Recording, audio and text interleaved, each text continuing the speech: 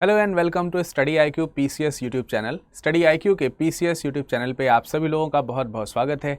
मैं विरत दुबे आज आप लोगों के सामने सोमवार के दिन एक विशेष कह सकते हैं कक्षा लेकर के आपके सामने उपस्थित हुआ हूँ। स्पेशल क्लास ये इस प्रकार की है, जैसे कि आपको मालूम ही है कि हर दिन हम लोग सोमवार से लेकर के शनिवार तक यानी मंडे से लेकर के सैटरडे तक अलग अलग डेज में दोपहर 2 बजे ऑल स्टेट PSC को ध्यान में रखते हुए कॉमन सेक्शन जो जनरल स्टडी का होता है उसको हम लोग डिस्कशन करते हैं। और इसी क्रम में आज की शुरुआत या इस हफ्ते की शुरुआत मैं कर रहा हूँ आर्ट एंड कल्चर से, यानी कि इंडिया का जो आर्ट एंड कल्चर है, इंडियन आर्ट एंड कल्चर यानी कि भारतीय कला एवं संस्कृति से इस अध्याय की शुरुआत कर रहे हैं। इसके अलावा मैं बृहस्पतिवार को आप लोगों को हिस्ट्री भी पढ़ाता हूं। तो जिन लोगों ने पिछला सेशन जो बृहस्पतिवार का यानी कि जो थर्सडे का जो आपने जो लास्ट सेशन पढ़ा होगा उसमें इंडियन हिस्ट्री पढ़ी थी, एंशिएंट इंडियन हिस्ट्री पढ़ी थी। तो दो अलग अलग चीज़ें हैं। हिस्ट्री के हर फेज़ में आप देखोगे तो आर्ट एंड कल्चर जो है वो साथ ही साथ चल रहा है। अब हम समझेंगे कि आर्ट एंड कल्चर क्या है, सारी चीज़ों की हम जानकारी लेंगे आज के इस सेशन से।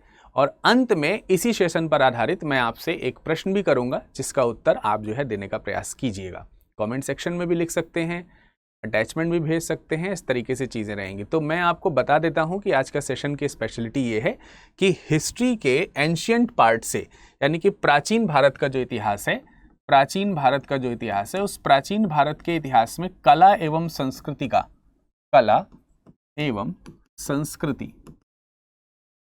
का जो पोर्शन है उस पोर्शन से संबंधित कुछ आवश्यक चीज़ें मैं आज आपको यहाँ पे पढ़ा रहा हूँ। और इसमें पहला अध्याय जो है जो मैंने आपको पढ़ाया भी था हिस्ट्री के पॉइंट ऑफ व्यू से, जिसको आपने इंडस वैली सिविलाइजेशन के रूप में पढ़ा था, उसी इंडस वैली सिविलाइजेशन के आर्ट एंड कल्चर को आज हम डिस्कशन करने जा रहे हैं। तो चलिए शुरुआत करते हैं। और सबसे पहले हम ये देखेंगे कि ये कला है क्या आखिर। ठीक है, जब हम बात करते हैं कला एवं संस्कृति की तो दो चीज़ें तो हमारे दिमाग में तुरंत ही आ जाती हैं कि कला क्या है, संस्कृति क्या है। अब कई बार ये होता है जब हम एज ए स्टूडेंट या फिर कह सकते हैं कि प्रतियोगी परीक्षाओं की जब हम तैयारी करते हुए एक विद्यार्थी हैं तो हमारे मन में इस तरीके के प्रश्नों का होना ज़रूरी होता है। अगर नहीं बनता है तो हमें लगता है कि हम एक ऑर्डिनरी स्टूडेंट की तरह, हमने सुना कि हाँ भाई आर्ट एंड कल्चर है, ठीक है आगे बढ़ते हैं। पहले तो यही जानना ज़रूरी होता है किसी भी टॉपिक को पढ़ने से पहले उसके टाइटल में जो चीज़ें लिखी हैं। मैं आपको हमेशा बताता हूँ कि कोई भी चीज़ आप पढ़िए उसके टाइटल में जो भी पॉइंट्स लिखे हुए हैं या जो बातें लिखी हुई हैं बहुत ही संक्षिप्त रूप में पूरा टाइटल उस कहानी को कहता है। तो जब हम अध्ययन करने जा रहे हैं आर्ट एंड कल्चर तो हमें ये पता होना चाहिए कि आर्ट यानी कि कला क्या है और संस्कृति ये क्या होती है। सामान्य मायने में सभी लोग शायद इसको जानते होंगे, पहचानते होंगे, महसूस करते होंगे, लेकिन परिभाषित अगर करना पड़ जाए तो कई बार तकलीफें सामने आ जाती हैं। फिलहाल अगर हम यहाँ पर देखें संस्कृत में, अगर हम देखें संस्कृत में यह शब्द अलंकरण और शोभा से संबंधित है। किसकी बात करी जा रही है यहाँ पर? कला की। कला का अगर हम संस्कृत में इसका मीनिंग ढूंढने का प्रयास करें तो इसका मीनिंग क्या निकल के आ रहा है? अलंकरण। अलंकरण का मतलब होता है सजावट, किसी चीज की सजावट करना, सजावट। और सजावट भी एक प्रकार मतलब कला का ही एक प्रकार है। और शोभा ये भी इसी सजावट से ही निखरती है। जब कोई चीज सजी होती है तो शोभायमान होती है। ठीक है, अगर हम देखें यहाँ पर एक उदाहरण प्रस्तुत करना चाहते हैं अभी आपके सामने। जैसे हमने पीछे देखा आर्ट एंड कल्चर, आप देख सकते हैं कितना सजा हुआ है। आप इंडिया का तो मैप वैसे भी बना सकते थे और इंडिया का मैप बना के यहाँ पे लिख देते आर्ट एंड कल्चर, तो ये उतना शोभायमान नहीं होता जितना शोभायमान इस रूप में ये हो रहा है। इसके अलावा आप देखिए, आपको मैंने ये प्रोजेक्ट करके दिखाया और देख सकते हैं कि इसका पेज टर्न होकर के आया, तो इसका प्रोजेक्शन आपने देखा तो ये भी अपने आप में एक आर्ट है। तो ये एक सजावट का रूप लेके सामने आती है। तो इसका मतलब यही होता है कि जब हम कला का संस्कृत में मीनिंग निकालते हैं तो संस्कृत में तो अर्थ यही है, पर हम क्या पढ़ रहे हैं? हम पढ़ रहे हैं इतिहास। ठीक है, इतिहास के पन्नों में अगर हम कला और साहित्य की बात करते हैं, कला और संस्कृति की बात करते हैं, तो हमें यह पता चलता है कि संस्कृति, कला एवं संस्कृति में इसे सौंदर्य और आनंद से परिभाषित किया जाता है। सौंदर्य और आनंद का यहाँ पर क्या यूज है? मान के चलते हैं कि हम जब इतिहास को पढ़ रहे हैं तो अपनी प्राचीन सभ्यताओं के बारे में निश्चित रूप से पढ़ रहे होंगे, उस कालक्रम के बारे में पढ़ रहे होंगे जो गुजर चुका है। तो उस कालक्रम में, उस सभ्यता में किस प्रकार का सौंदर्य रहा होगा। यानी जैसे आज हम लोग देखिए तमाम तरीके से ब्यूटीफाई होते हैं, ठीक है। ब्यूटिफिकेशन के लिए हमारे पास में तमाम प्रकार के प्रसाधन मौजूद हैं, और इसके साथ साथ अगर हम देखें तो हम आनंदित होने के लिए, खुश होने के लिए तमाम प्रकार की चीज़ों का इस्तेमाल करते हैं। तो क्या वैसा ही पीछे के लोग भी करते थे, और करते थे तो वो क्या थे, नहीं करते थे तो क्या क्या चीज़ें एब्सेंट थी, ये सब चीज़ें हमको जानना होता है। तो कला का मीनिंग आपको समझ में ही आ गया होगा कि किसी भी इतिहास के कालक्रम में उसके अर्थ में ये जानना कि उस समय की विशिष्टता क्या थी, उस समय का सौंदर्य क्या था। जैसे एक बात ये हो गई कि वे लोग पढ़े लिखे थे, तो फिर दूसरी बात हमारा जानने का ये रुचि होती है कि जब वो पढ़ते लिखते थे तो लिखते कैसे थे, ठीक है। जब वो पढ़ाई करते थे तो किस पर लिखते थे, या फिर उनकी इस कल्चर को रिप्रेजेंट करने के क्या सोर्सेज रहे होंगे। या हमने पढ़ा कि वो पूजा करते थे, तो जब पूजा करते थे तो मन में बारी आती है या बात आती है कि किसकी पूजा करते थे, उसका रूप कैसा रहता होगा। मंदिर में अगर करते थे तो मंदिर कैसे रहते होंगे, कोई पूजा स्थल था तो वो कैसी सजावट या संरचना उसकी कैसी होती होगी। यही सब चीज़ें हम लोग को हिस्ट्री में कला के अंतर्गत पढ़ना होता है या समझना होता है। लेकिन अगर हम शाब्दिक अर्थ की बात करते हैं, आर्ट यानी कि कला, आर्ट यानी कि कला के अगर हम शाब्दिक अर्थ की बात करें तो ये संस्कृत के कल धातु से निर्मित है। देखिए, धातु का मतलब होता है रूट वर्ड, यानी कि मूल शब्द। जो मूल शब्द होते हैं उनको हम लोग धातु बोलते हैं, अर्थात जिनसे दूसरे शब्द बनाए जाते हैं। ये थोड़ा हिंदी का पार्ट हो गया। तो कल से हमारा जो शब्द निर्मित हुआ है वो है कला। तो कला का मूल रूप क्या है? कल। और कल का मतलब होता है संख्यान। संख्यान का मतलब क्या होता है?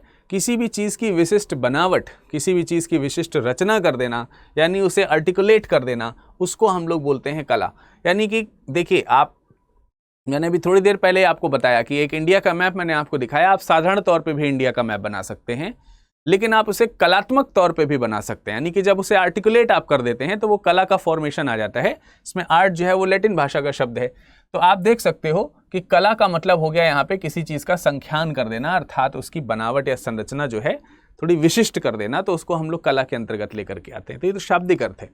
लेकिन अब बारी आती है संस्कृति की। संस्कृति क्या है? संस्कृति जो है ये बहुत ही व्यापक अर्थों में इसका प्रयोग किया जाता है। व्यापक का मतलब हो गया कि जब हम इसके अर्थ को डिफाइन करने का प्रयास करेंगे तो इसका मतलब एक सीमित क्षेत्र तक नहीं आता है, बड़े ही व्यापक अर्थों में इसका अर्थ लिया जाता है। संस्कृति शाब्दिक अर्थ क्या होता है? उत्तम या सुधरी हुई स्थिति। मतलब जब हम इसको इतिहास के रिस्पेक्ट में देख रहे हैं या हिस्ट्री के रिस्पेक्ट में देखते हैं, तो हिस्ट्री के रिस्पेक्ट में हमें ये देखना कि किसी भी ऐतिहासिक काल के बारे में जिसके बारे में आप पढ़ रहे हैं, उसकी स्थिति पहले कैसी थी, फिर उसमें किस प्रकार का विकास हुआ, और वर्तमान स्थिति जो है उसकी कैसी है।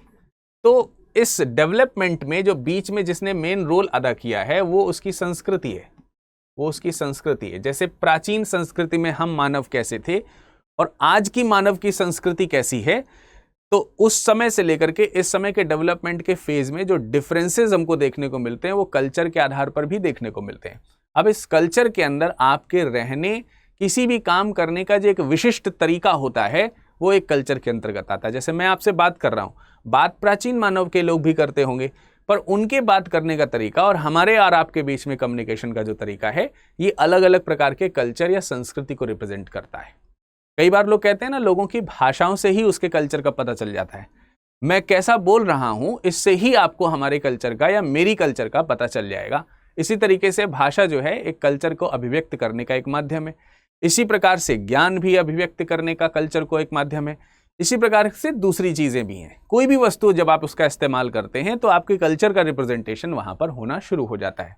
तो इस स्थिति में अगर हम देखें तो देखिए यहाँ पर कल्चर शब्द के बारे में बताया गया। संस्कृति को इंग्लिश में हम लोग क्या कहते हैं? कल्चर बोलते हैं। आर्ट एंड कल्चर आपने सुना। तो कल्चर ये लैटिन भाषा का कल्ट या कल्ट से बना हुआ है, जिसका शाब्दिक अर्थ होता है विकसित करना या परिष्कृत करना। परिष्कृत करने का मतलब बहुत अच्छी तरीके से प्रयोग करना किसी चीज को, ठीक है।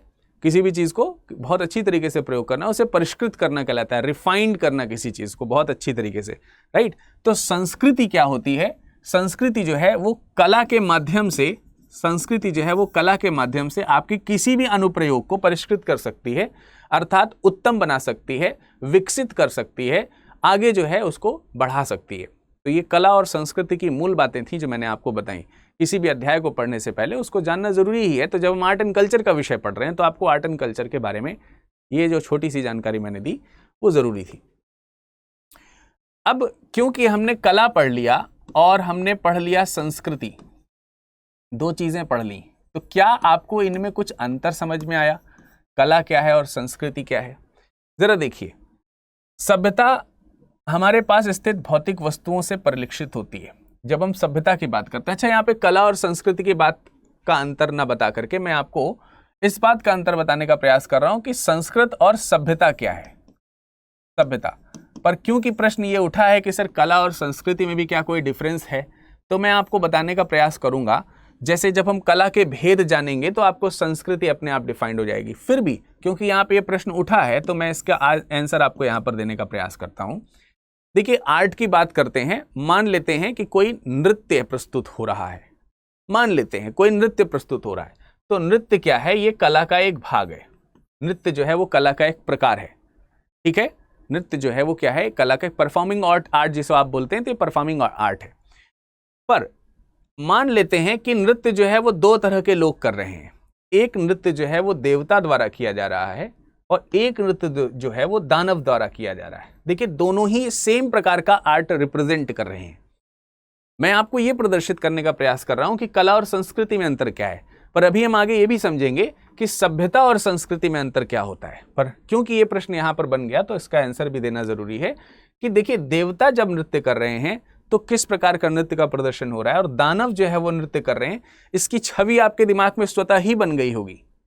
दोनों ही एक ही प्रकार की कला का प्रदर्शन कर रहे हैं, लेकिन दोनों की कला से संस्कृति का अंतर हो रहा है। इनके नृत्य की संस्कृति अलग होगी, इनके नृत्य की संस्कृति अलग होगी।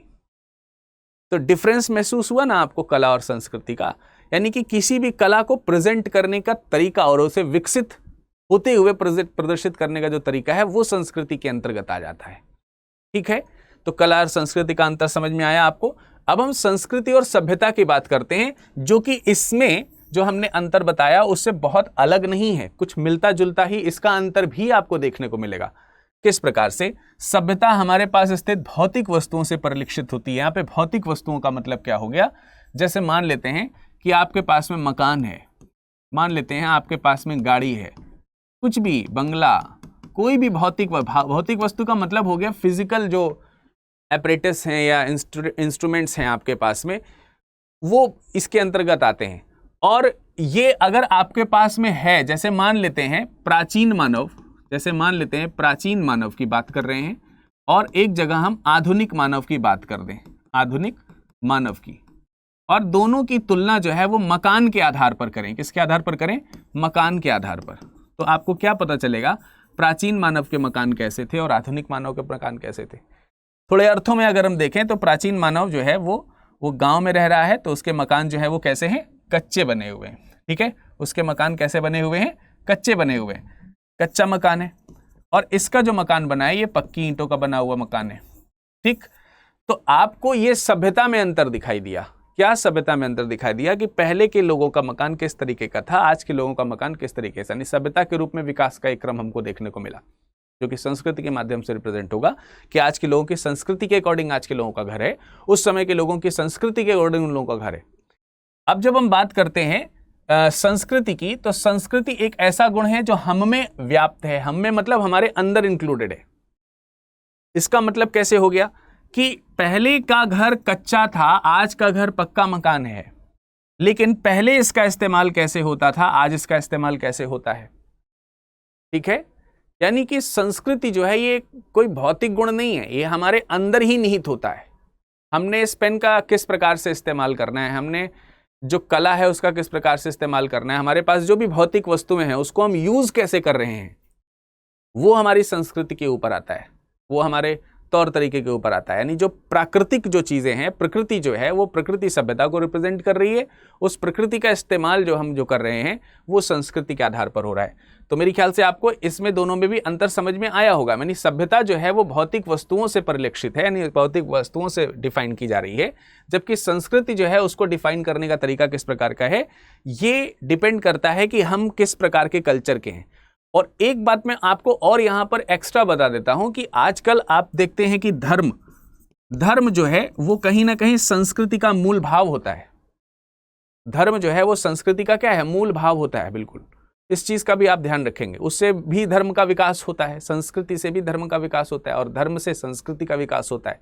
दोनों चीजें एक दूसरे में इनबिल्टेड है, क्लियर हो रही बात, हाँ या नहीं? इसमें भाषा का भी समावेशन है, ठीक है, अभिव्यक्ति का भी समावेशन है। अभिव्यक्ति का मतलब है किसी भी चीज को रिप्रेजेंट करना, उसका समावेशन भी संस्कृति के अंतर्गत आता है। तो ये डिफरेंसेस भी जो मैंने आपको बताए, आई होप कि आपको क्लियर हो गए होंगे। तो अब हम मूव कर रहे हैं कला की तरफ। आर्ट क्या है, कला क्या है? तो कला को समझेंगे यदि अगर हम, तो सबसे पहले मैंने आपको बताया कि कला किस, उसकी परिभाषा के रूप में थोड़ा बहुत बताने का प्रयास किया। और यदि अगर हम उसको डिवाइड करते हैं या उसके पार्ट्स के बारे में पता करते हैं, तो ये 3 प्रकार के, और 3 प्रकार के कौन कौन से हैं? जैसे सबसे पहले देखिए जरा, विजुअल आर्ट की यहाँ पर बात करी गई है। विजुअल आर्ट है पहले। विजुअल आर्ट का मतलब हो गया दृश्य कला। दृश्य का मतलब दिखाई देने वाली, दिखाई देने वाली। दिखाई देने वाली कला का मतलब क्या है? कोई भी ऐसी कला जिसे आप देख सकते हैं, जैसे कि मूर्ति, जैसे कि मूर्ति, ठीक है, जैसे कि मकान, ठीक है, मंदिर, ठीक, कोई भी खिलौना, यानी कि ये भी एक तरीके से क्या हो गई, भौतिक हो गई। भौतिक चीजें ही दिखाई देती हैं, अभौतिक चीजें हमें दिखाई नहीं देती। दृश्य कला, विजुअल आर्ट ऐसा आर्ट होता है जिसे हम देख सकते हैं। आप इसमें पेंटिंग भी रख सकते हैं, इसके अंतर्गत पेंटिंग भी आएगा, पेंटिंग, ठीक है, जिसको आप चित्रकारी कहते हैं, पेंटिंग, चित्रकला, ठीक है, ये सब चीजें भी हमारी इसके अंतर्गत ही आएंगी। ऐसी कोई भी चीज जिसे आप देख रहे हैं वो सब चित्रकला के अंतर्गत आएगी, वो सब विजुअल आर्ट के अंतर्गत आएगी, वो सब हमारी दृश्य कला के अंतर्गत आएगी। आपको समझ में आ गया ये बात? लेकिन दूसरा है निष्पादित होने वाली कला। निष्पादन का मतलब होता है परफॉर्म करना। इसे केवल महसूस किया जाता है।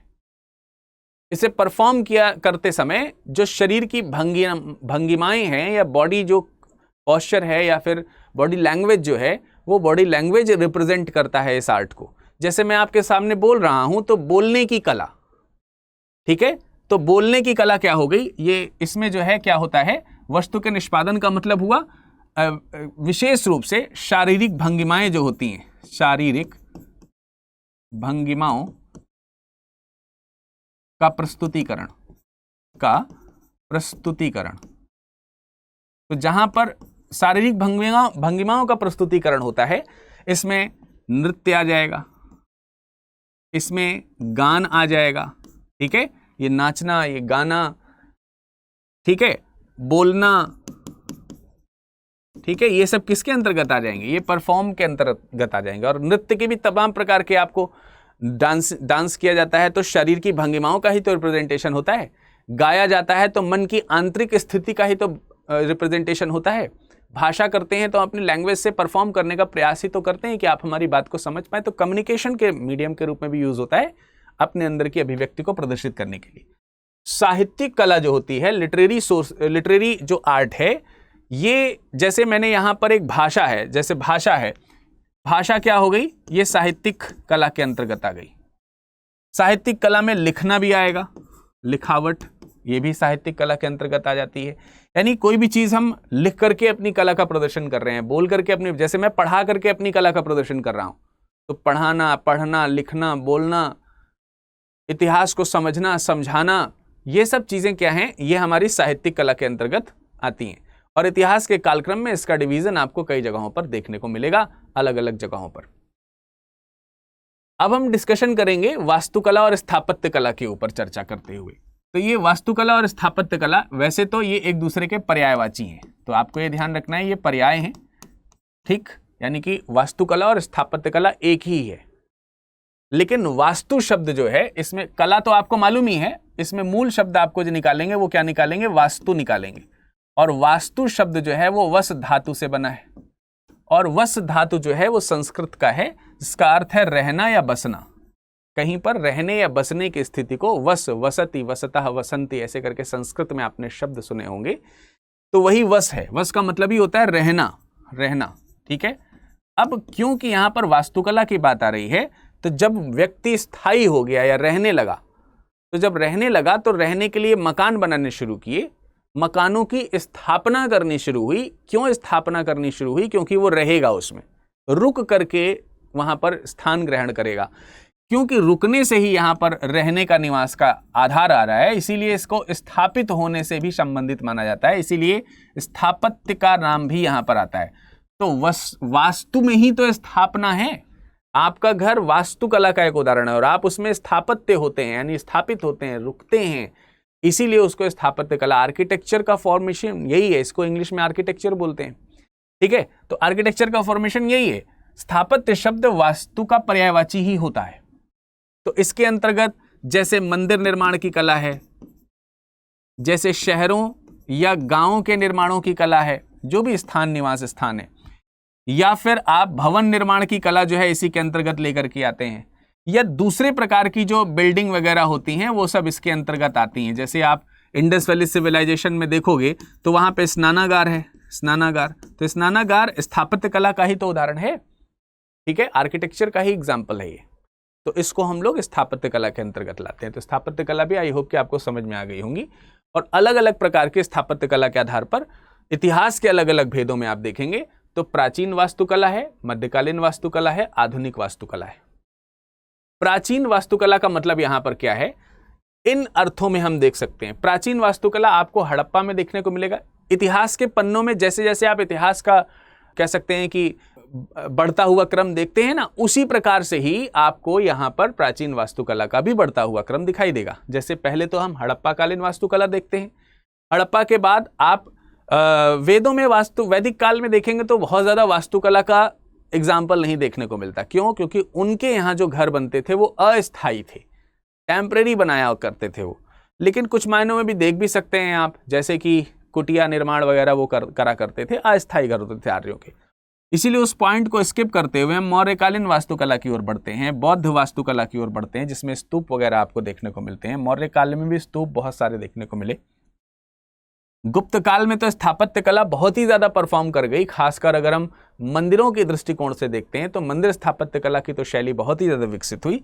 और दक्षिण भारत में भी तमाम प्रकार की स्थापत्य कला का विकास हुआ है, जिसमें से जो पांड्य हैं, चोल हैं, चेर हैं, इन लोगों ने स्थापत्य कला, द्रविड़ शैली जो मंदिर निर्माण की है वो मूलतः दक्षिण भारत की देन है। उत्तर भारत में आप देखते हैं नागर शैली का भी प्रयोग होता है मंदिर निर्माण कला में। तो ये उसके विभिन्न विभाजन हैं जो हम यहाँ पर देख रहे हैं। और आज के चैप्टर में हम हड़प्पा कालीन वास्तुकला के ऊपर डिस्कशन करेंगे। इस डिस्कशन के बीच में एक बहुत ही इंपॉर्टेंट चीज मैं आपको बताना चाहता हूं, क्योंकि आप सब लोग सिविल सर्विसेज की प्रिपरेशन कर रहे हैं और आप में से बहुत सारे ऐसे लोग हैं जो न सिर्फ स्टेट पीएससी की बल्कि यूपीएससी की भी तैयारी कर रहे हैं। तो स्टेट पीएससी की तैयारी कर रहे हो या फिर यूपीएससी की तैयारी कर रहे हो, स्टडी आईक्यू ने आप सब लोगों के लिए एक बहुत ही बेहतरीन किताब आपको प्रस्तुत करने का प्रयास किया है। और क्योंकि ये किताब बहुत ही कह सकते हैं कि बहुत अच्छी तरीके से इस सभी किताबों का संकलन करते हुए, चाहे वो एनसीईआरटी हो या फिर दूसरे किताबों का रेफरेंस हो, उन सब का एक निचोड़ के तौर पर प्रस्तुतिकरण इस बुक में किया गया है। और ये किताब है, इसका नाम है प्रिंसिपल्स ऑफ इंडियन जियोग्राफी। तो प्रिंसिपल्स ऑफ इंडियन जियोग्राफी जो है ये बुक स्टडी आईक्यू पर आपको मिल जाएगी और आप जो है फ्लिपकार्ट या फिर अमेजन के माध्यम से आप इसको ऑर्डर कर सकते हैं। फीचर्स इसमें इतने बेहतरीन हैं कि जितने भी अच्छे से अच्छे टीचर हमारे यहाँ थे वो सब लोगों का इसमें गाढ़ी मेहनत लगी हुई है। काफ़ी अच्छी तरीके से इसको जो है रिसर्च और एनालिसिस वे में अगर देखा जाए तो काफ़ी इसके ऊपर रिसर्च करके सारे पॉइंट्स कवर किए गए हैं। तो एक व्यक्ति जब इस बुक को पढ़ेगा तो सिविल सर्विसेज तक की किताबों के लिए उसको अलग अलग किताबों को अलग अलग मतलब बुक से जो है होकर के गुजरने की जरूरत नहीं पड़ेगी। तो एक जो बड़ी परेशानी होती है ना, ये वाली किताब पढ़ ली, वाली नहीं पढ़ी, वाली किताब पढ़ ली, वाली नहीं पढ़ी, तो कंप्लीट एक सारी किताबों का यहाँ पर निचोड़ है, चाहे वो एनसीईआरटी ही क्यों ना हो। तो एनसीईआरटी का भी यहाँ पर निचोड़ यहाँ प्रस्तुत किया गया है। और इस चीज़ को ध्यान में रखते हुए कि यूपीएससी और स्टेट पीएससी के जो एस्पिरेंट्स हैं उनके लिए काफ़ी बेहतर साबित हो। और अभी ये आपको फ्लिपकार्ट और अमेजन पर उपस्थित है। इसका लिंक जो है नीचे डिस्क्रिप्शन बॉक्स में मिल सकेगा आपको। आप इस बुक को सीधे ऑनलाइन मंगा सकते हैं अपने पास में, ठीक है। हड़प्पा कालीन वास्तुकला की बात कर रहे थे तो इसमें बहुत सारी चीज़ों के ऊपर चर्चा करनी शेष रह गई है। जैसे सबसे पहले अगर हम बात करते हैं तो नगर नियोजन प्रणाली की बात करेंगे। हड़प्पा का जो नगर नियोजन है ये अपने समकालीन, चाहे वो सुमेरियन सभ्यता हो, चाहे वो मेसोपोटामियन सभ्यता हो, कोई भी सभ्यता जो है उस सारी सभ्यताओं से उन्नत सभ्यता का प्रेजेंटेशन जो है इस नगरीय सभ्यता का होता है। और पहले ही आप देखिए, जब हम आज से 100 साल पहले की अगर हम बात करेंगे तो आपके मन में एक ग्रामीण परिवेश की छवि आ जाएगी।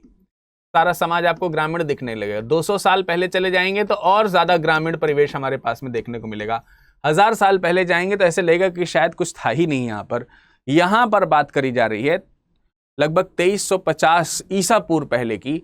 तो उस समय का जो सभ्यता है वो तो हमारे दिमाग में हमेशा ही जाएगा कि वो तो ग्रामीण ही रहा होगा, लेकिन ऐसा नहीं है। आश्चर्यजनक तरीके से उस समय की दूसरी सिमिलर सिविलाइजेशंस में भी अगर हम देखें तो ये सभ्यता नगर को रिप्रेजेंट करती। नगर का मतलब क्या है? जहाँ पर पक्की सड़क बनी हो, पक्की ईंटें बनी की इमारत बन रही हो, नालियाँ बनी हो, वेल मैनेज्ड हो, टाउन प्लानिंग की गई हो। तो नगर नियोजन होने के कारण ही इसको जो है नगर नियोजन सभ्यता के रूप में जाना जाता है, नियोजित सभ्यता के रूप में जाना जाता है, एक प्लान्ड सिटी के रूप में इसको जाना जाता है। इसके 2 सबसे बड़े शहर हैं, जिसमें सबसे बड़ा शहर आपको जो है वो मोहनजोदड़ो के रूप में दिखाई देता है, मोहनजोदड़ो। इसके अलावा आपको हड़प्पा देखने को मिलता है। तो इनकी डिटेल तो मैंने हड़प्पा और मोहनजोदड़ो को पढ़ाते समय करी थी, लेकिन हम क्योंकि वास्तुकला की तरफ चल रहे हैं तो टाउन प्लानिंग देख सकते हैं आप यहाँ पर। जैसे यहाँ ये इस तरीके का एक टाउन प्लानिंग, आप ऐसे नहीं देखोगे कहीं पर भी कुछ भी बन गया है। सब चीज़ें अलाइंड हैं, सब चीज़ें कहीं ना कहीं अलाइंड हैं, प्रॉपरली जो है सड़क बनाई गई है, सड़क के किनारे नालियाँ बनाई गई हैं, घर बनाए गए हैं, घरों में वेंटिलेशन की सुविधा है, पीने के पानी की व्यवस्था है, जल निकासी की सुविधा है, साफ सफाई की सुविधा है, लाइटिंग की व्यवस्था की गई है, सड़कों पर कई जगहों पर लैंप पोस्ट पाए गए हैं। तो ये पूरी एक टाउन प्लानिंग को रिप्रेजेंट कर रहा है। तो स्वाभाविक सी बात है कि ये एक आदर्श वास्तुकला का उदाहरण हड़प्पा में मिलता है हमको। इसमें सबसे पहला और सबसे सटीक उदाहरण जो है इस टाउन प्लानिंग का वो है ग्रिड सिस्टम। ग्रिड सिस्टम का मतलब क्या है कि जो पूरी सिटी है ना, वो सिटी जो है वो एक ग्रिड सिस्टम को फॉलो करती है। ग्रिड सिस्टम का मतलब जालनुमा जो संरचना है, कुछ इस तरीके की जालनुमा संरचना को ये पूरा का पूरा प्रणाली फॉलो करता है। और इससे फायदा ये है कि जो मकान है, इसकी वजह से ये मकान जो है वो अलाइंड हैं, एक तरफ बीच बीच में गलियां भी हैं। और मजे की बात तो ये है कि इनके जो मकान हैं वो मकानों के जो दरवाजे हैं वो गली की तरफ खुलते हैं, ऐसे नहीं कि सड़क मेन सड़क की मुख्य सड़क की तरफ नहीं खुलते। इतिहासकारों का मानना है कि संभवतः इसका वजह ये रहा होगा कि जो मुख्य सड़क है उससे आने वाली जो धूल गर्दा है या फिर इस तरीके की जो असुरक्षित चीजें हैं वो सीधे घरों पे प्रवेश ना करें, पीछे की ओर घर के दरवाजे हुआ करते थे मूल रूप से अगर देखा जाए तो। ये जो ग्रिड प्रणाली है इससे क्या होगा कि एक तो ये सारे के सारे जो घर बने होंगे या जो भी इंफ्रास्ट्रक्चर यहाँ पे डेवलप किया जाएगा वो पूरी तरीके से अलाइंड और प्लान्ड होगा, रैंडम नहीं बने होंगे। और उन तक पहुंचने की जो सुविधा है, जिसमें बीच में सड़क बन जाएगी, तो उनके पहुंचने की सुविधा भी एक प्रॉपर सुविधा के तौर पर देखी जा सकेगी, जिससे कि हैब्जार्ड वे में कुछ भी चीज यहाँ पर मौजूद ना रहे। तो ये प्लान्ड सिटी इसका बहुत ही बेहतरीन उदाहरण है। आप यहाँ पर देख सकते हैं कि किस तरीके से जो है सड़क व्यवस्था जो है यहाँ पर देखने को मिल रही है। हालांकि ये एक महान चित्र है जो कि एक विशाल अन्नागार के रूप में या फिर एक बड़े सभा भवन के रूप में दिखाई देता है। अगर हम हड़प्पाकालीन वास्तुकला की बात कर ही रहे हैं तो यहाँ पर दुर्ग विभाजन के ऊपर चर्चा किए बगैर ये टॉपिक पूरा ही नहीं होगा। दुर्ग विभाजन का मतलब ये है कि हड़प्पा के जो शहर देखे गए हैं वो 2 तरीके से माउंटेड हैं, 2 तरीके से टीलों पर विभाजित हैं ज्यादातर। एक पूर्वी टीला है, एक पश्चिमी टीला है। इन पूर्वी और पश्चिमी टीलों के आधार पर अगर हम देखें तो सिंधु सभ्यता के 2 भाग तो हो ही जाएंगे। और ये 2 भाग कौन कौन से हो जाएंगे? एक पश्चिमी टीला, एक पूर्वी टीला। और ये पूर्वी टीले और पश्चिमी टीले के आधार पर अगर हम इनका डिफरेंस देखने का प्रयास करें, जैसे अगर हम पूर्वी टीले की दिशा देखें, पूर्वी टीले, पश्चिमी टीले की बात करी जा रही है, यहाँ पर पूर्वी टीले की बात करी जा रही है। अगर हम पश्चिमी टीले की दिशा को देखेंगे, कह सकते हैं डायरेक्शन को देखेंगे, तो ये पश्चिम दिशा में स्थित हुआ करता था। मतलब जो पूरी की पूरी सिटी है, अगर हम ईस्ट और वेस्ट में डिवाइड कर दें तो वेस्टर्न वाला जो पार्ट है, पश्चिमी जो भाग है, उस पश्चिमी भाग में ये पश्चिमी टीला स्थित है और पूर्वी भाग में जो है आपका ये पूर्वी टीला स्थित है। तो डायरेक्शन तो इसके नाम से ही क्लियर हो रहा है। लेकिन अगर हम इसी पश्चिमी और पूर्वी में अगर हम ऊंचाई की बात करते हैं तो वेस्ट वाला जो पोर्शन है, जो पश्चिमी वाला पोर्शन, इसकी हाइट जो है, ऊंचाई जो है वो थोड़ी अधिक है अपेक्षाकृत जो पूर्व की जो ऊंचाई है, पूर्व की ऊंचाई इसकी थोड़ी सी कम है। अब देखिए इससे क्या पता चला हमको, पश्चिमी टीलों के जो मकान हैं वो ऊंचे मकान हैं और पूर्वी टीले के जो मकान है वो नीचे मकान है। अब आप खुद इस बात का कल्पना कीजिए कि ऊंचे मकान किनके होते हैं और नीचे मकान किनके होते हैं। ठीक है, लास्ट में कंक्लूजन निकालेंगे इसका। इसके बाद अगर हम फोर्टिफिकेशन की बात करते हैं या दुर्गीकरण की बात करते हैं तो पश्चिमी टीला जो है वो पूरी तरीके से दुर्गीकृत था। अगर हम पश्चिमी टीले को पूरी तरीके से दुर्गीकृत कर देते हैं, फोर्टिफाइड कर देते हैं, तो क्या ये कॉलोनी का रूप नहीं हो जाएगा? जैसे आप कॉलोनी में रहते हैं, कॉलोनी, ठीक है, या कॉलोनी, तो जो कॉलोनी में आप लोग रहते हैं तो आप देखते हैं कि पूरी कॉलोनी जो है वो फेंस्ड होती है, कवर्ड होती है, दरवाजे लगे होते हैं, उसमें कोई ऐसे ही प्रवेश नहीं कर जाएगा। और कॉलोनी में कौन लोग रहते हैं, ठीक है। और ईस्टर्न जो पार्ट है वो फेंस्ड नहीं है, यानी कि वहां पर दुर्ग निर्मित नहीं है, यानी कि ओपन कल्चर यहां पर देखने को मिल रहा है। और ओपन कल्चर के मकान किसके यहाँ या किन लोगों के देखने को मिलते हैं, दो अंतर समझते जाइएगा किस प्रकार का अंतर है ये। इसके बाद आगे की बात करते हैं जनसंख्या के आधार पर, यानी कि पॉपुलेशन के आधार पर। तो ये कम आबादी वाला क्षेत्र है। अगर हम फिर से डिवीजन देखें वेस्टर्न और ईस्टर्न पार्ट में, तो यहाँ पर आबादी कम है, इसका मतलब यहाँ पर घनी आबादी नहीं है। और घनी आबादी यहाँ पर आपको देखने को मिलेगी। घनी आबादी कहाँ देखने को मिलती है शहरों में, ये भी आप जरा देखिए। पूर्वी भाग में घनी आबादी यहाँ देखने को मिल रही है। और जिन शहरों में घनी आबादी देखने को मिलती है वो कैसे होते हैं, और जिसमें कम देखने को मिलती है वो कैसे होती हैं। इमारतों की बात करेंगे तो विशिष्ट इमारतें यहाँ पर मौजूद हैं इन्हीं जगहों पर, जैसे कि स्नानागार हैं, अन्नागार हैं, बड़े बड़े सभा भवन हैं और 2 मंजिला मकान है। मुख्य रूप से देखेंगे 2 मंजिला मकान। 2 मंजिला मकान का मतलब 2 मंजिल है इसके ऊपर, ठीक है, 2 मंजिला मकान है।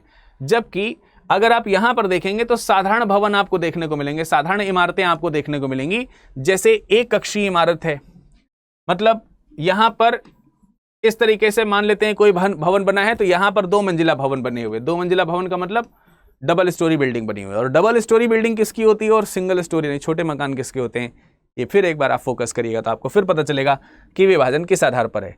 इसके अलावा ये सब चीजों का रिप्रेजेंटेशन जो है वो सड़क के आधार पर भी है। एक चीज और मैं यहां पर लिख देता हूं, सड़क भी लिख देता हूं। अगर हम सड़क देखेंगे तो इनकी सड़क जो है वो थोड़ी चौड़ी है और इनकी सड़क जो है वो सकरी है, कंजेस्टेड है। इनकी ब्रॉड रोड्स हैं। चौड़ी सड़कें कहां देखने को मिलती हैं और कंजेस्टेड रोड्स कहां देखने को मिलती हैं। तो बार बार इन डिफरेंसेस से हमको यह पता चलता है कि जो ईस्टर्न पार्ट जो है ये शायद सामान्य लोगों का है, या फिर आर्थिक रूप से कमजोर रहे हों, या फिर कहते हैं ना उच्च वर्ग और निम्न वर्ग, तो ये निम्न वर्ग के लोगों का मकान रहा होगा। साइमल्टेनियसली अगर हम देखेंगे वेस्टर्न कल्चर में इसके, तो यहाँ पर मकान बड़े हैं, ज़्यादा हैं, कम लोग रह रहे हैं, बड़े ऊंचे मकान है, 2 मंजिले मकान है, सड़क व्यवस्था भी चौड़ी है। तो इन सब से हमें पता चलता है यहाँ पर कोई विशिष्ट लोग रहा करते थे और विशिष्ट लोगों के रहने के कारण ही इसको सिटाडल का भी नाम दिया जाता है। सिटाडल, ठीक है, जिसमें मोहनजोदड़ो का नाम आता है। तो मोहनजोदड़ो उस समय की एक सिटाडल सिटी है, बड़े लोग, ऊंचे लोग तबके के लोग रहते हैं। तो हायर क्लास सोसाइटी और लोअर क्लास सोसाइटी का क्लासिफिकेशन बेसिकली हमको यहाँ पर देखने को मिलता है। इससे हम अंदाजा लगा सकते हैं कि शायद वहां पर भी समाज जो है 2 भागों में बटा हुआ था। अब अगर हम बात करते हैं यहाँ की सड़कों की, तो देख सकते हैं यहां पर ये मकान बने हुए हैं, यहां पर ये मकान बने हैं और बीच में सड़क जा रही है, सीधी सड़क। तो सड़क की स्पेशलिटी क्या है, एकदम सीधी सड़क है और इसके कारण ये सड़क एक दूसरे को समकोण पर विभाजित करेंगी। ये सड़क एक दूसरे को क्या करेंगी, समकोण पर विभाजित करेंगी। और इसका मतलब यहां पर क्या बनेगा, चौराहा बनेगा। तो चौक या चौराहे बनते थे, सड़क जो है वो सीधी थी, एक दूसरे को 90 अंश के कोण पर विभाजित भी करती थी। तो इसकी एक स्थापत्य कला का और उदाहरण आपको देखने को मिला।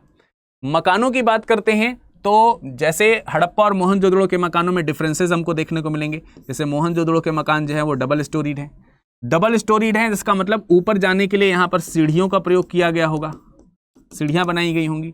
इसके किनारों में बॉर्डर बनाए गए होंगे जिसको आप रेलिंग बोलते हैं, नहीं तो बचाव नहीं होगा तो गिर पड़ेंगे लोग। यहाँ के मकान जो है वो छोटे हैं, यानी कि, लेकिन दोनों में एक सिमिलरिटी है। यहाँ पे भी पक्की ईंट का प्रयोग किया गया है, यहाँ पर भी पक्की ईंट का प्रयोग किया गया। तो अंतर भी है और समानता भी है। अंतर क्या है कि 2 मंजिला मकान है, 1 मंजिला मकान है, बड़े मकान है, छोटे मकान है, सीढ़ियों का प्रयोग है, यहाँ कम सीढ़ियों का प्रयोग है।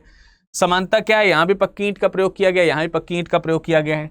जल निकासी का माध्यम हमको यहाँ पर भी देखने को मिलता है, यानी कि ड्रेनेज सिस्टम यहाँ पे भी देखने को मिलता है और जल निकासी जो है हमको यहाँ पर भी देखने को मिलती है। तो इस तरीके से ड्रेनेज सिस्टम भी हमको देखने को मिल ही जाते हैं। ये एक डिफरेंस हमको मकान के रूप में भी देखने को मिलता है। इसके अलावा हम बात करेंगे हड़प्पा कालीन जो सभ्यता है उसमें कई बड़े स्ट्रक्चर हैं जो कि इसके एक समुचित वास्तुकला का उदाहरण प्रस्तुत करते हैं। यानी कि इस समय के लोग वास्तुकला में, आर्किटेक्चरी में बहुत ही मास्टरी उन्होंने हासिल करी हुई थी। इस बात का एहसास हमें इस तरीके की इमारतों से पता चलता है कितना सुनियोजित है। इसको 2 तरीके से देखेंगे, एक तो इसका इंटरनल स्ट्रक्चर जो है वो कैसा है और एक इसका आउटर स्ट्रक्चर जो है वो कैसा है, यानी कि चबूतरा वाला जो भाग है। अगर हम चबूतरा वाला की बात करते हैं, चबूतरा जो इसका है वो चबूतरा देखेंगे तो इसकी लंबाई उत्तर से दक्षिण तक अगर आप देख रहे हो तो ये आपको 55 बाई 33 मीटर की देखने को मिल रही। यानी कि इसकी जो लंबाई है वो 55 है मीटर में, और जो इसकी ये चौड़ाई आप देख रहे हैं, ये जो चौड़ाई आप देख रहे हैं ये 33 मीटर है। ये वृहद स्नानागार की बात हो रही है। लेकिन जब इंटीरियर स्ट्रक्चर इसका अगर आप देखोगे और उसके बारे में अगर आप जानने का प्रयास करोगे तो 12 × 7 / 2.5, 12 × 7 का मतलब ये वाला जो पोर्शन आप देखने को मिल रहा है, ये वाला, यानी ये जो लंबाई आप यहां से यहां तक देख रहे हो, ये है 12 मीटर लेंथ का, ठीक है। ये और ये जो चौड़ाई है, ये जो चौड़ाई है आपकी, ये आपकी कितनी है, 7 मीटर की है। और जो इसकी गहराई आप देख रहे हैं, ये जो गहराई आप देख रहे हैं यहां से यहां तक, ये जो गहराई है ये 2.50 मीटर की है, 2.5 मीटर की। और इतना ही नहीं, इसमें एक तरफ से इनलेट है, पानी आने का स्रोत है, जिसमें कहा जाता है कि ये सिंधु नदी का पानी इसके अंतर्गत आता था, और नदी के विपरीत दिशा में इसका आउटलेट बना हुआ है। तो इनलेट और आउटलेट बनाने की कला बहुत ही विशेष है इस पर्टिकुलर स्ट्रक्चर में।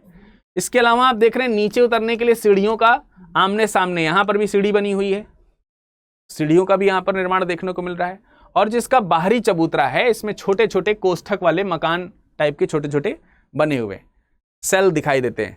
तो ऐसा माना जाता है कि शायद ये बाथरूम्स रहे होंगे, यहां से पानी निकाल करके लोग वहां नहाते होंगे। और उनके और आउटर स्ट्रक्चर के बाहर जाएंगे तो कई हवन कुंड भी देखने को मिलते हैं। तो लोगों का ये, इतिहासकारों का ये मानना है कि शायद ये किसी धार्मिक कार्यों पर प्रयोग किया जाने वाला जलकुंड रहा होगा, जहां पे सामूहिक स्नान इत्यादि की व्यवस्था शायद रही होगी। तो ये आर्किटेक्चर का एक बेहतरीन नमूना है वृहद स्नानागार, काफी बड़े स्ट्रक्चर के तौर पर माना जाता है। और दूसरा बड़ा स्ट्रक्चर जो है, जो संभवतः सबसे बड़ा भी माना जाएगा, इसमें आप इसका इंटीरियर भाग जो है देखेंगे और इसका इंटीरियर भाग देखेंगे, इसका कंपेयर करिए 12/7 का है, और ये देखेंगे आप ये 15/45 का है, ये 15/45 का है। तो इस स्ट्रक्चर को आपको देखने से पता चल रहा है कि ये ऐसे करके टोटल 27 ब्लॉक्स हैं इसके अंदर टोटल 27 ब्लॉक्स बने हुए हैं, सेल्स बने हुए हैं। और अलग अलग सेल्स से अलग अलग प्रकार के धान्य के, यानी कि ग्रेन्स के बीज पाए गए। ऐसा माना जाता है कि शायद ये नगर का एक स्टोरेज रहा होगा, या फिर वो कर के रूप में यहाँ पर, टैक्सेस के रूप में यहाँ पर उस सारे अन्न को ला करके रखते रहे होंगे, ऐसा माना जा सकता है। तो इसकी लंबाई आप देखेंगे 15.23 मीटर है और 45.71 मीटर है पूर्व से लेकर के पश्चिम तक। तो इसका आप डायमेंशन देख सकते हैं, इस प्रकार का है। और देखने से ही पता चल रहा है कि इतना ये प्लान्ड है, बीच में गलियारा बना हुआ है और आमने सामने जो है ब्लॉक्स बने हुए हैं, और हर ब्लॉक में यहाँ पर डोर सिस्टम भी देखने को मिलता है। तो इन सबसे पता चलता है कि इनकी नगरीय प्रणाली बहुत ही बेहतरीन थी, मतलब जबरदस्त तरीके की। और ये सिमिलर है आज की तरह ही, और आज भी हमारे यहाँ कोल्ड स्टोरेज इसी तरह ही बनाए जाते हैं। यहाँ पर सरकारी धन या सरकारी धान्य जमा होता है, ग्रेनरी जमा होती है। इसके अलावा एक और स्ट्रक्चर हमको देखने को मिलेगा जो कि सभा भवन या मीटिंग हॉल की कल्पना कराता है। मोहनजोदड़ो में दुर्ग के दक्षिण की ओर 90/90 फीट में, यानी वर्गाकार है, इसका जो आकार है वो कैसा है, वर्गाकार है। तो वर्गाकार जो है आपको ये भवन देखने को मिलता है, और इस वर्गाकार भवन में कुछ पिलर के स्ट्रक्चर देखने को मिले हैं। तकरीबन 20 पिलर इसमें आपको देखने को मिले हैं। ये छोटे छोटे देख सकते हैं, पिलर बेस हैं जिसके ऊपर पिलर बनाया जाता है। तो माना जाता है इसके ऊपर एक सल्लक छत रही होगी पूरी, और बीच में एक बड़ा स्ट्रक्चर भी देखने को मिलता है, जिसकी वजह से माना जाता है कि शायद वो सभा का केंद्रीय भवन रहा होगा या केंद्रीय भाग रहा होगा। किसी महत्वपूर्ण चीज़ों पर बैठ करके वहाँ पर सभा या आपस में डिस्कशन किया करते होंगे। तो ये भी उनकी कला का जो एक उत्कृष्ट नमूना है वो प्रस्तुत करता ही है। तो आप देख ही रहे हैं कि हड़प्पाकालीन वास्तुकला आज की तरह ही व्यवस्थित, सुव्यवस्थित कह सकते हैं, एक नगरीय व्यवस्था है। तो हड़प्पा के इस कल्चर से आपको जो सीखने को मिला, इससे संबंधित आपसे मेंस में भी प्रश्न पूछे जा सकते हैं और प्रीलिम्स में भी प्रश्न पूछे जा सकते हैं। कला क्या है, संस्कृति क्या है, इसके आधार पर। तो आज के सेशन में मेंस का एक प्रश्न है आपके सामने, और ये है कि हड़प्पा सभ्यता का नगरीय नियोजन आधुनिक नगरीय नियोजन का आधार प्रस्तुत करता है। इस कथन की समीक्षा कीजिए। आपको कथन की समीक्षा करनी है कि आज की जो नगरीय नियोजन है उसी प्रकार से नगरीय नियोजन हड़प्पा सभ्यता का भी रहा होगा। इसका डिस्कशन करते हुए आप आंसर जो है बनाने का प्रयास कीजिएगा, और स्टडी आईक्यू के साथ आप बने रहिए। Study IQ PCS YouTube channel जो है, इसको सब्सक्राइब करना मत भूलिएगा, क्योंकि ये आपके एसडीएम बनने का सपना पूरा कराने के लिए तत्पर है लगातार। अपने दोस्तों को भी बताइए, अपने मित्रों को भी बताइए, उनसे कहिए कि यहाँ पर भी आकर के जुड़ें, क्योंकि एक लगातार जो हमारी जो प्रश्न उत्तरी की जो श्रृंखला है और पढ़ाने की जो श्रृंखला है वो आपके पास में प्रस्तुत। किसी प्रकार के डाउट होने पर या फिर जो प्रश्न पूछा है उसका उत्तर लेखन करके आप हमें इन जगहों पर भेज सकते हैं। इसके अलावा आप इसमें सेल्फ स्टडी का भी पार्ट अपने लिए खुद ऐड कर सकते हैं। सारी चीज़ों की प्लेलिस्ट बनी हुई है, वहाँ पर जाकर के 1 बाय 1 सारे लेक्चर्स को अपडेट करिए, देखिए, पढ़िए और अपने SDM बनने का जो सपना है हमारे साथ पूरा करिए। आज के इस लेक्चर में फिलहाल इतना ही, मुलाकात करेंगे अगले सेशन में, तब तक के लिए नमस्कार, धन्यवाद।